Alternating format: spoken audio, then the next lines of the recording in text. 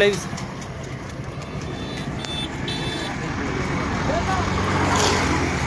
ಸ್ನೇಹಿತರೆ ನಮಸ್ತೆ. ಲೈವ್ ಇದೆಯೇನಪ್ಪ ಅದು? ಇದೆ ಸರ್.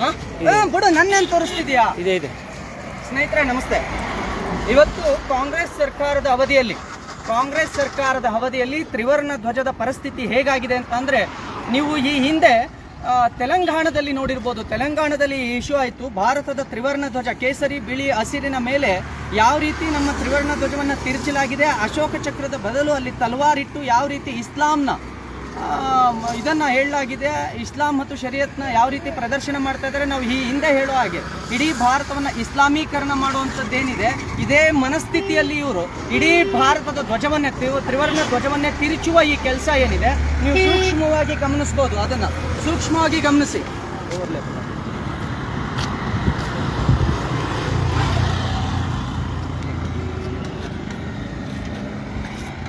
ಸ್ನೇಹಿತರೆ, ನಿಮಗೆ ಕಾಣಿಸ್ತಾ ಇರ್ಬೋದು ಧ್ವಜ. ಈ ಧ್ವಜ ಏನಿದೆ, ಇಡೀ ಭಾರತವನ್ನು ನಾವು ಇಸ್ಲಾಮೀಕರಣ ಮಾಡ್ತೀವಿ ಅನ್ನೋ ಏನು ಇದಿದೆ, ಮನಸ್ಥಿತಿ ಇದೆ, ಮಾನಸಿಕತೆ ಇದೆ. ಈ ಮಾನಸಿಕತೆಯನ್ನೇ ನಾವು ಇವತ್ತು ತೋರಿಸ್ತಾ ಇದ್ದೀವಿ. ಭಾರತದ ತ್ರಿವರ್ಣ ಧ್ವಜದ ಮೇಲೆ ತಲ್ವಾರ್ ಹಾಕಿ ಅವರ ಕಲ್ಮ ಅಂತ ಏನು ಕರಿತೀವಿ, ಇಡೀ ಕಲ್ಮವನ್ನು ನೀವು ಅದನ್ನು ಸೂಕ್ಷ್ಮವಾಗಿ ಗಮನಿಸ್ಬೋದು. ನಿಮಗೆ ಅದು ಕಾಣುತ್ತೆ. ಭಾರತದ ತ್ರಿವರ್ಣ ಧ್ವಜದ ಮೇಲೆ ಈ ರೀತಿ ಮಾಡಿ ನಮ್ಮ ತ್ರಿವರ್ಣ ಧ್ವಜವನ್ನು ಅಪಮಾನ ಮಾಡುವಂಥದ್ದೇನಿದೆ, ಇದನ್ನು ಇಲ್ಲಿಯ ಹಿಂದೂಗಳು ಯಾರೂ ಕೂಡ ಕೇಳೋದಿಲ್ಲ. ನೀವು ಪೂರ್ತಿ ಏರಿಯಾವನ್ನು ನೋಡ್ಬೋದು. ನೀವು ತೋರಿಸಿ ಅದು ಏರಿಯಾವನ್ನು ಪೂರ್ತಿಯಾಗಿ.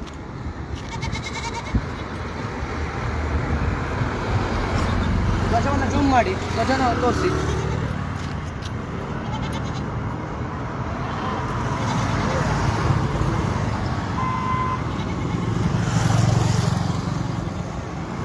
ಸ್ನೇಹಿತರೆ ನೋಡಿ, ನೀವು ಕಾಣಿಸ್ಬೋದು ತ್ರಿವರ್ಣ ಧ್ವಜದ ಮೇಲೆ ಅವರ ತಲ್ವಾರುಗಳನ್ನು ಹಾಕಿ ಕಲ್ಮ ನೀವು ನೋಡ್ಬೋದು ಇಡೀ ತ್ರಿವರ್ಣ ಧ್ವಜವನ್ನು ಯಾವ ರೀತಿ ತಿರ್ಚಿದ್ದಾರೆ ಅಂತ. ಇವತ್ತು ಇಲ್ಲಿ ಯಾರು ಕೇಳೋರಿಲ್ಲ, ಹೇಳೋರಿಲ್ಲ. ಭಾರತದ ತ್ರಿವರ್ಣ ಧ್ವಜ ಇಡೀ ಭಾರತವನ್ನು ಇಸ್ಲಾಮೀಕರಣ ಮಾಡ್ತೀವಿ ಅನ್ನೋ ಮಾನಸಿಕತೆ ಏನಿದೆ, ಅದೇ ಮಾನಸಿಕತೆಯಲ್ಲಿ ಈ ಧ್ವಜವನ್ನು ಹಾಕಿರ್ತಕ್ಕಂಥದ್ದು ನೀವು ನೋಡಿ ಸೂಕ್ಷ್ಮವಾಗಿ ಗಮನಿಸ್ಬೋದು. ಈಗ ನಿಮಗೆ ಕಾಣುತ್ತೆ ಭಾರತದ ತ್ರಿವರ್ಣ ಧ್ವಜದ ಮೇಲೆ ಯಾವ ರೀತಿ ಅವರ ಕಲ್ಮವನ್ನು ಅಂದರೆ ತಲ್ವಾರುಗಳನ್ನು ಹಾಕಿ ಇಡೀ ಅಶೋಕ ಚಕ್ರ ಏನು ಬರುತ್ತೆ, ಆ ಅಶೋಕ ಚಕ್ರದ ಜಾಗದಲ್ಲಿ ಅವರು ಯಾವ ರೀತಿ ಇದನ್ನು ಮಾಡ್ತಿದ್ದಾರೆ, ಯಾವ ರೀತಿ ಇದನ್ನು ಪ್ರದರ್ಶನ ಮಾಡ್ತಿದ್ದಾರೆ ಅನ್ನೋದನ್ನು ನೀವೆಲ್ಲರೂ ನೋಡ್ಬೋದು. ಆದರೆ ಇದು ಭಾರತದ ಧ್ವಜ ಸಂಹಿತೆ ಏನಿದೆ, ಭಾರತದ ಧ್ವಜ ಸಂಹಿತೆಗೆ ಇದು ಧಕ್ಕೆ ಬರೋದಿಲ್ವಾ? ನಾನು ಕೂಡಲೇ ಪೊಲೀಸ್ನವ್ರನ್ನ ಕೇಳ್ಕೊಳ್ತಾ ಇರೋದು, ಕೂಡಲೇ ಪೊಲೀಸ್ನವರು ಇದ್ರ ವಿರುದ್ಧ ನಾನು ಕೂಡಲೇ ಇದನ್ನು ನೋಡೋಣ, ಟ್ರೈ ಮಾಡ್ತೀನಿ. ನೋಡೋಣ ಪೊಲೀಸ್ನವರು ಇದಕ್ಕೆ ಯಾವ ರೀತಿ ಪ್ರತಿಕ್ರಿಯಿಸ್ತಾರೆ ಅಂತ.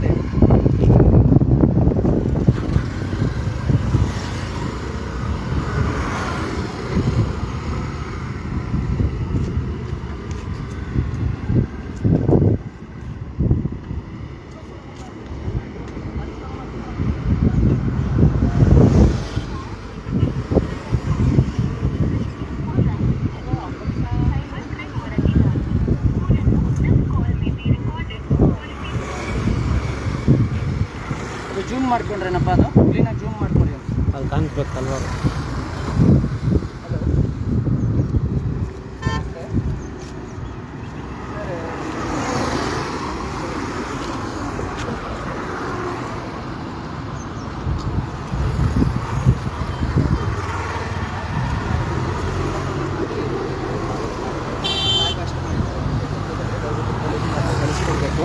ಇಡೀ ನ್ಯಾಷನಲ್ ಫ್ಲ್ಯಾಗ್ಗೆ ಅಪಮಾನ ಮಾಡಿ ಅದ್ರ ಮೇಲೆ ಕಲ್ಮವನ್ನು ಬರೆದು ಒಂದು ರೀತಿ ತಿರ್ಚಿದ್ದಾರೆ ಸರ್. ಅದನ್ನು ದಯವಿಟ್ಟು ಕಳಿಸ್ಕೊಡ್ಬೇಕು ಅಂತ ಕೇಳ್ಕೊಳ್ತಾ ಇದ್ದೀನಿ. ಫ್ಲ್ಯಾಗ್ ಕಟ್ಟಿದ್ದಾರೆ ಸರ್ ದೊಡ್ಡದಾಗಿ. ಹೌದು, ನಾನಿರೋ ಜಾಗ, ಎಕ್ಸಾಕ್ಟ್ ನಾನಿರೋ ಜಾಗದಲ್ಲ.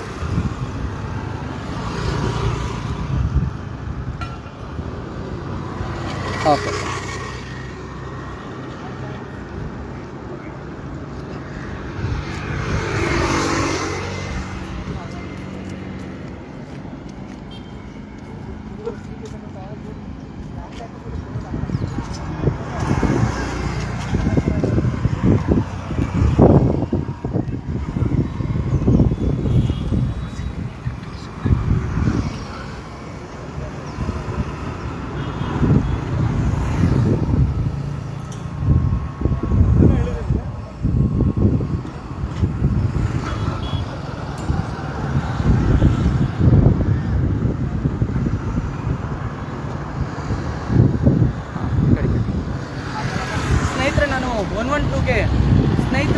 112ಗೆ ಫೋನ್ ಮಾಡಿ.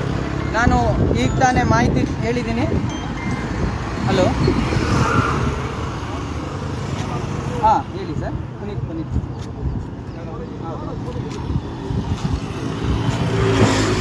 ಹಾಂ ಸರ್, ನಮಸ್ತೆ. ಏನಾಗಿದೆ ಸರ್, ಇದು ಕೂಲಿ ಬ್ರಿಡ್ಜ್ ಮೇಲೆ ಒಂದು ಮಸೀದಿ ಮತ್ತು ಇದಿದೆಯಲ್ಲ ಸರ್, ಅಲ್ಲಿ ಒಂದು ಮರದ ಮೇಲೆ ಇಂಡಿಯನ್ ಫ್ಲ್ಯಾಗ್ ಮೇಲೆ ಕಲ್ಮಾ ಬರೆದು ಇಡೀ ತಲ್ವಾರ್ ಹಾಕಿ, ಈ ಹಿಂದೆ ನಿಮಗೆ ಇದರಲ್ಲಿ ಆಗಿತ್ತು, ಇಲ್ಲಿ ತೆಲಂಗಾಣದಲ್ಲಿ ಮಾಡಿದ್ರಲ್ಲ, ಅದೇ ರೀತಿ ಇಂಡಿಯನ್ ಫ್ಲ್ಯಾಗ್ ಮೇಲೆ ಅದನ್ನು ತಿರುಚಿ ಅಶೋಕ ಚಕ್ರ ಜಾಗದಲ್ಲಿ ಬೇರೆ ತಲ್ವಾರ್ಗಳನ್ನು ಹಾಕಿ ಅದನ್ನು ಹೋಸ್ಟ್ ಮಾಡಿದ್ದಾರೆ. ಬನ್ನಿ ಸರ್.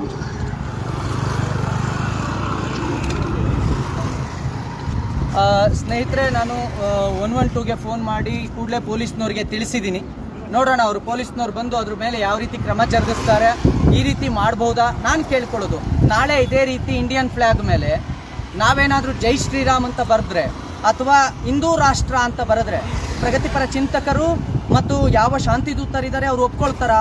ನಾವು ಇದೇ ರೀತಿ ಏನಾದರೂ ಇಂಡಿಯನ್ ಫ್ಲ್ಯಾಗ್ ಮೇಲೆ ಆ ಬಣ್ಣಗಳನ್ನು ಬಳಸಿ, ನಾವು ಏನು ತ್ರಿವರ್ಣ ಧ್ವಜ ಇದೆ ಆ ತ್ರಿವರ್ಣ ಧ್ವಜದ ಆ 3 ಬಣ್ಣಗಳನ್ನು ಬಳಸಿ ಹಿಂದೂ ರಾಷ್ಟ್ರ ಅಂತ ನಾವಲ್ಲಿ ಬರೆದ್ರೆ, ನಾವು ಅದೇ ರೀತಿ ದುರ್ಗಾ ಮಾತೆಯನ್ನು ಹಾಕಿ ಅಥವಾ ಮತ್ತೆ ಯಾವುದೋ ತಲ್ವಾರುಗಳನ್ನು ಹಾಕಿ ನಾವೇನಾದರೂ ಹಿಂದೂ ರಾಷ್ಟ್ರ ಅಂತ ಬರೆದ್ರೆ ಪ್ರಗತಿಪರ ಚಿಂತಕರು ಒಪ್ಕೊಳ್ತಾರಾ ಅಂತ ನನಗೆ ಗೊತ್ತಿಲ್ಲ.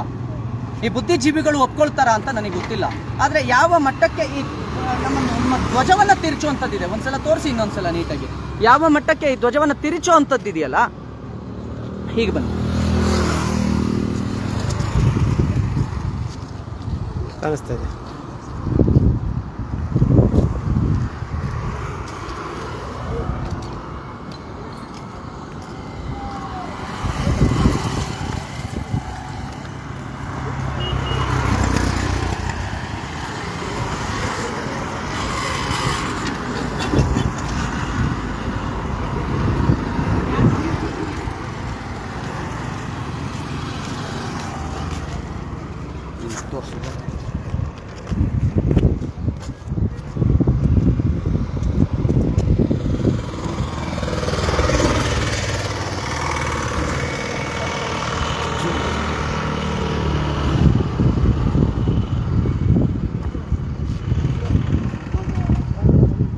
ಸ್ನೇಹಿತರೆ, ನಿಮಗೆ ಕಾಣಿಸ್ತಾ ಇರ್ಬೋದು ಯಾವ ರೀತಿ ಆ ಧ್ವಜವನ್ನು ತಿರುಚಿದ್ದಾರೆ, ಯಾವ ರೀತಿ ಆ ಇಡೀ ತ್ರಿವರ್ಣ ಧ್ವಜವನ್ನು ಆರಿಸೋವಂಥದ್ದೇನಿದೆ ಅದು ಯಾವ ರೀತಿ ನಿಮಗೆ ಕಾಣಿಸ್ತಿದೆ. ನೀವೆಲ್ಲರೂ ಕೂಡ ನೋಡಿ ಅದನ್ನು. ಇದು ಈ ರೀತಿ ನಡೆದ್ರೆ, ಈ ರೀತಿ ಈ ಭಾರತದ ತ್ರಿವರ್ಣ ಧ್ವಜವನ್ನೇ ತಿರುಚುವಂಥದ್ದು ಆದರೆ ನಾವು ಇದನ್ನು ಹೇಗೆ ಒಪ್ಕೊಳ್ಳೋದು? ನೀವು ನೋಡ್ಬೋದು. ಅಂದರೆ ನಾವು ಶಾಲೆಯಲ್ಲಿ ಮಕ್ಕಳಿಗೆ ಏನು ಹೇಳ್ಕೊಡ್ತೀವಿ? ಕೇಸರಿ ಬಿಳಿ ಹಸಿರು ಅದನ್ನು ಭಾರತದ ಧ್ವಜ ಅಂತ ಹೇಳ್ಕೊಡ್ತೇವೆ. ಕೇಸರಿ ಬಿಳಿ ಹಸಿರನ್ನು ನಾವು ಏನಂತ ಹೇಳ್ಕೊಡ್ತೇವೆ ಅಂತಂದರೆ, ಇದು ನಡೆದಿರೋದು ಎಲ್ಲಿ ಅಂತ ಅಂದರೆ ಕೂಲಿ ಬ್ರಿಡ್ಜ್ ಅಂತ ಬರುತ್ತೆ ಸ್ನೇಹಿತರೆ. ಇದು ನಂದಿನಿ ಲೇಔಟ್ ಹತ್ರ ಕೂಲಿ ಬ್ರಿಡ್ಜ್ ಅಂತ ಬರುತ್ತೆ. ಕೂಲಿ ಬ್ರಿಡ್ಜ್ ಮೇಲೆ ನಿಂತ್ಕೊಂಡ್ರೆ ನಿಮಗೆ ಒಂದು ಮಸೀದಿ ಇದೆ. ಮಸೀದಿ ಪಕ್ಕದಲ್ಲೇ ಈ ಧ್ವಜವನ್ನು ಆರಿಸಿರುವಂಥದ್ದು. ಮಸೀದಿ ಪಕ್ಕದಲ್ಲಿ ಆರಿಸಿರ್ತಕ್ಕಂಥ ಧ್ವಜ ಇದು. ನೀವು ನೋಡಿರ್ಬೋದು ಆ ಧ್ವಜವನ್ನು. ಕೇಸರಿ ಬಿಳಿ ಹಸಿರು ಏನಿದೆ, ಆ ಹಸಿರು ಧ್ವಜದ ಮೇಲೆ ಆ ರೀತಿ ಕಲ್ಮವನ್ನು ಬರೆದು ಇಡೀ ಧ್ವಜವನ್ನು, ನಮ್ಮ ಏನು ಧ್ವಜ ಸಂಹಿತೆ ಬರುತ್ತೆ, ಧ್ವಜ ಸಂಹಿತೆಯನ್ನು ತಿರುಚುವಂಥದ್ದು. ಧ್ವಜ ಸಂಹಿತೆ ಪ್ರಕಾರ ಈ ರೀತಿ ಮಾಡಬಾರ್ದು, ಅಂದರೆ ಈ ಧ್ವಜವನ್ನು ಈ ರೀತಿ ತೋರಿಸಬಾರ್ದು. ನಾನು ಕಂಪ್ಲೇಂಟ್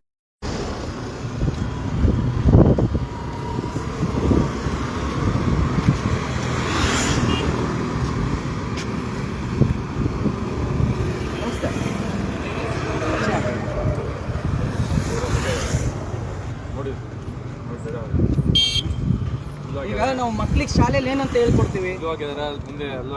ಇದೇ ಸೇಮ್ ತ್ರಿವರ್ಣ ಧ್ವಜದ ಮೇಲೆ ಹಾಕಿದಾರ. ತ್ರಿವರ್ಣ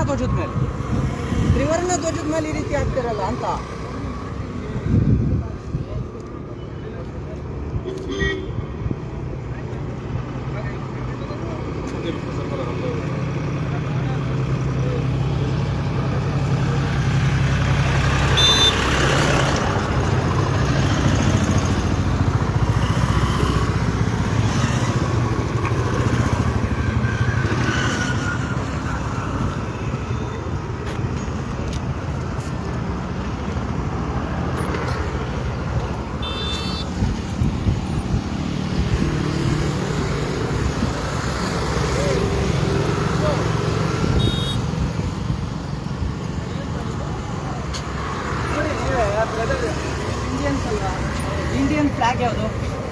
ನೀವೇ ಹೇಳಿ, ಇಂಡಿಯನ್ ಫ್ಲಾಗ್ ಯಾವುದು?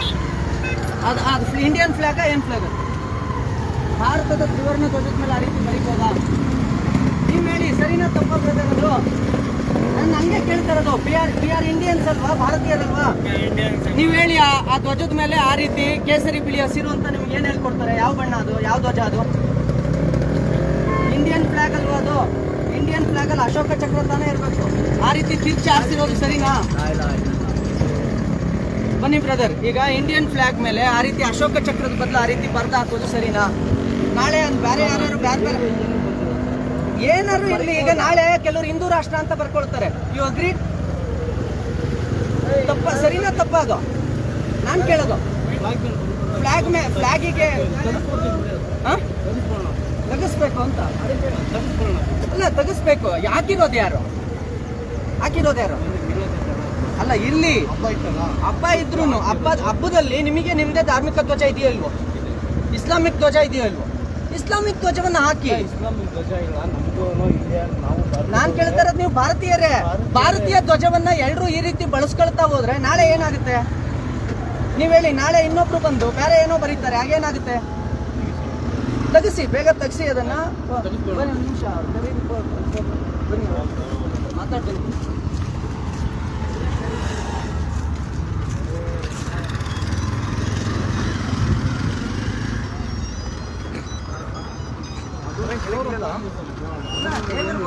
ಮೇಡಮ್ ನಮಸ್ತೆ. ದೇವರ ಬೋಧನೆ ನಾಳೆ ಇನ್ನೇನೋ ಬರೀತಾರೆ ಫ್ಲಾಗ್ ಮೇಲೆ. ದೇವರ ಬೋಧನೆ ಅಂದ್ರೆ ಅದು ದೇವರನ್ನ ಇಡೀ ಎಲ್ಲರೂ ಹೋಗ್ತಾರ ಭಾರತದಲ್ಲಿ? ಮುಸ್ಲಿಂ ಮಾತ್ರ ಹೋಗ್ತೀರಾ? ಈಗ ಮೇಡಮ್ ನೋಡಿ, ಇವರು ದೇವರ ಬೋಧನೆ ನಿಮಗೆ 2007ರಲ್ಲಿ ಧ್ವಜ ಸಂಹಿತೆ ಅಂತ ಬಂತು. ಇಮಿಡಿಯೇಟ್ ತೆಗ್ಸಿ ಅದು ನಿಂತು ನೀವು ಮಾಡಿ ಅದನ್ನು ಆ ಫ್ಲಾಗ್ ವಶಕ್ಕೆ ತಗೊಳ್ಳಿ. ಆ ಫ್ಲಾಗ್ ತಗೊಳ್ಳಿ. ತೆಗಿಸೋದಲ್ಲ, ಈಗ ತೆಗಿಸ್ತಾರೆ. ಇವಾಗ ತೆಗಿಬೇಕು ಸರ್, ಅದನ್ನ ಇವಾಗ ತೆಗಿಬೇಕು. ಅದನ್ನ ಅದು ಹಾಕಿರೋದೇ ತಪ್ಪಲ್ಲ. ಅದನ್ನ ಹಾಕಂಗಿಲ್ಲ, ಪ್ರಿಂಟ್ ಮಾಡಿದ್ರೆ ಮತ್ತೆ ಅದನ್ನ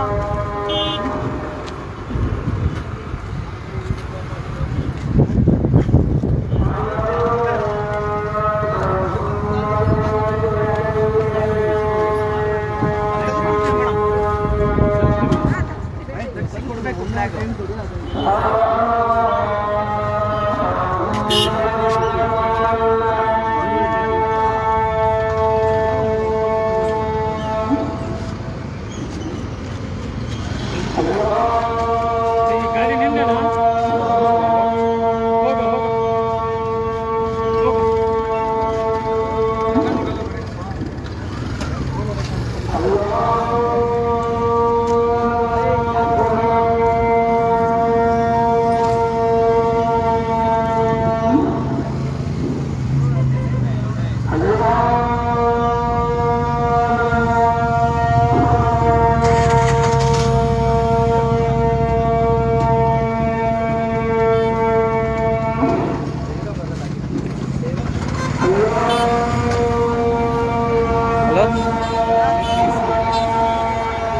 ಇಲ್ಲಿ ಬ್ರಿಡ್ಜ್ ನಂದಿನಿ ಲೇಔಟು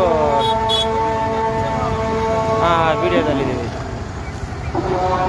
ಗೊತ್ತಿಲ್ಲ, ಲೈವ್ ಮಾಡ್ತಾಯಿದ್ದೀನಿ. 1 ನಿಮಿಷ.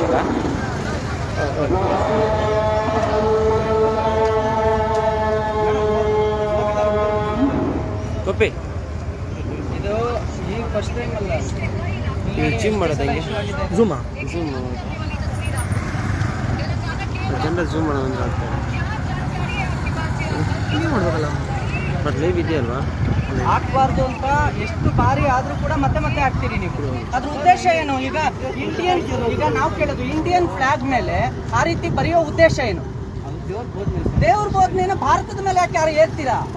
ಇಂಡಿಯನ್ ಎಲ್ಲರೂ ಕೂಡ ಅಲ್ಲ. ನೀವು ಈಗ ನಾಳೆ ಅದೇ ಫ್ಲಾಗ್ ಮೇಲೆ ರಾಮನ್ ಹಾಕೊಂಡ್ರೆ ಒಪ್ಕೊಂತೀರಾ ನೀವು? ಇಂಡಿಯನ್ ಎಲ್ಲರೂ ಕೂಡ ಭಾರತಕ್ಕೆ ಮತ್ತು ಸಂವಿಧಾನವಾಗಿರ್ಬೇಕು, ಇಸ್ಲಾಂಗಲ್ಲ. ಈಗ ನಾವು ಕೇಳಿ, ಬನ್ನಿ, ತೆಗಿ ಬನ್ನಿ, ಅದು ಆಯ್ತು. ಬರ್ತಿರೋದು ಅಥವಾ ಭಾರತದ್ದು? ತೆಗೀರಿ ಇದನ್ನ ಅಂತ ಹೇಳಿ ತೆಗಿಸ್ತೀನಿ ಅಂತ ಹೇಳ್ತಿದ್ರೆ ಸ್ಪಾಟಲ್ಲಿ ತೆಗೀರಿ ಅದನ್ನ. ಮಾಡಿ ತೆಗಿಸ್ತಾ ಇದೀವಿ. ಸ್ಟೇಷನ್ ಹ್ಯಾಂಡ್ ಓವರ್ ಮಾಡಿ. ಮಾಡ್ತೀವಿ ಬನ್ನಿ ಬಾಯ್ ಮೀಡಿಯಾ.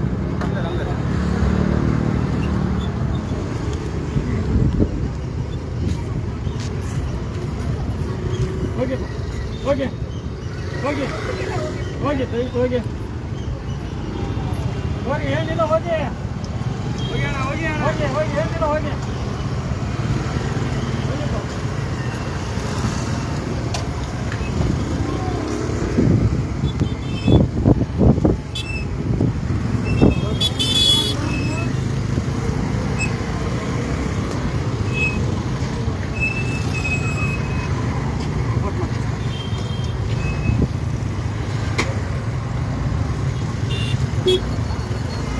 ಸ್ನೇಹಿತರೆ, ಇದು ಇಂಡಿಯನ್ ಫ್ಲ್ಯಾಗ್. ಅವ್ರು ಹೇಳ್ತಾರೆ ನಾವು ಅದರಲ್ಲಿ ನಮ್ಮ ಧರ್ಮದ ಬರೆದಿದ್ದೀವಿ, ದೇವ್ರ ಬಗ್ಗೆ ಬರೆದಿದ್ದೀವಿ ಅಂತ. ನಾನು ಹೇಳೋದು ದೇವ್ರ ಬಗ್ಗೆ ಬರೆದಿದ್ದಾರೆ ಅಂತಂದರೆ ನಾವೆಲ್ಲರೂ ಒಪ್ಪೋದಿಲ್ಲ ಅಲ್ಲ, ಎಲ್ಲ ಇಂಡಿಯನ್ಸು ಅವ್ರ ದೇವರನ್ನು ಒಪ್ಪೋದಿಲ್ಲ ಅಲ್ವಾ. ಅದು ಅವರವರ ಧಾರ್ಮಿಕ ವಿಚಾರ. ಆದರೆ ಅದನ್ನು ಅವರ ಧಾರ್ಮಿಕ ವಿಚಾರ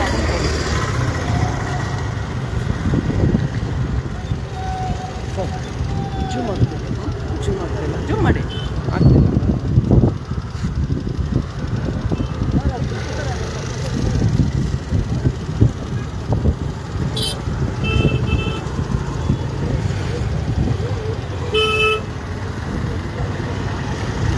ಜೂಮ್ ಆಗ್ತದೆ.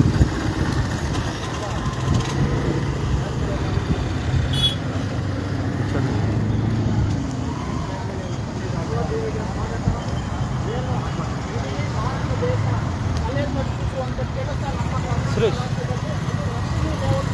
ಅದು ಜೂಮ್ ಮಾಡೋದು ವಿಡಿಯೋ ಮಾಡಿ.